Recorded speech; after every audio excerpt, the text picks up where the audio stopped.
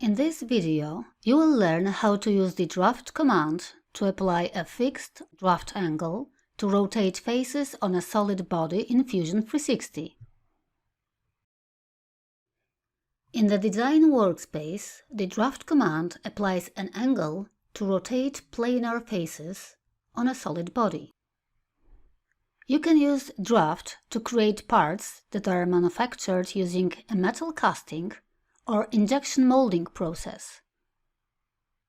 A draft angle applied to faces helps with releasing the part from the mold. Let's use the draft command to apply angles to faces of a component in an assembly. On the toolbar, on the Solid tab, expand the menu on the Modify panel and click Draft. The Draft dialog displays.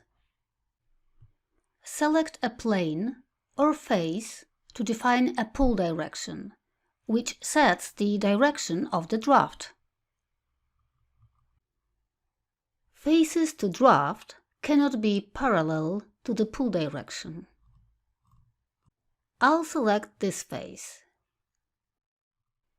A dashed line appears where the face intersects with the plane. It represents the rotation axis of the draft.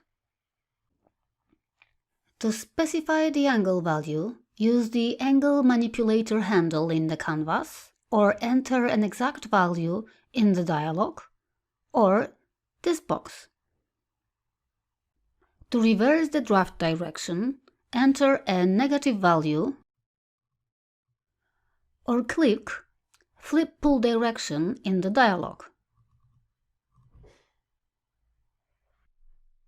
You may want to uncheck Tangent Chain if you don't want to include tangentially connected geometry when you select faces.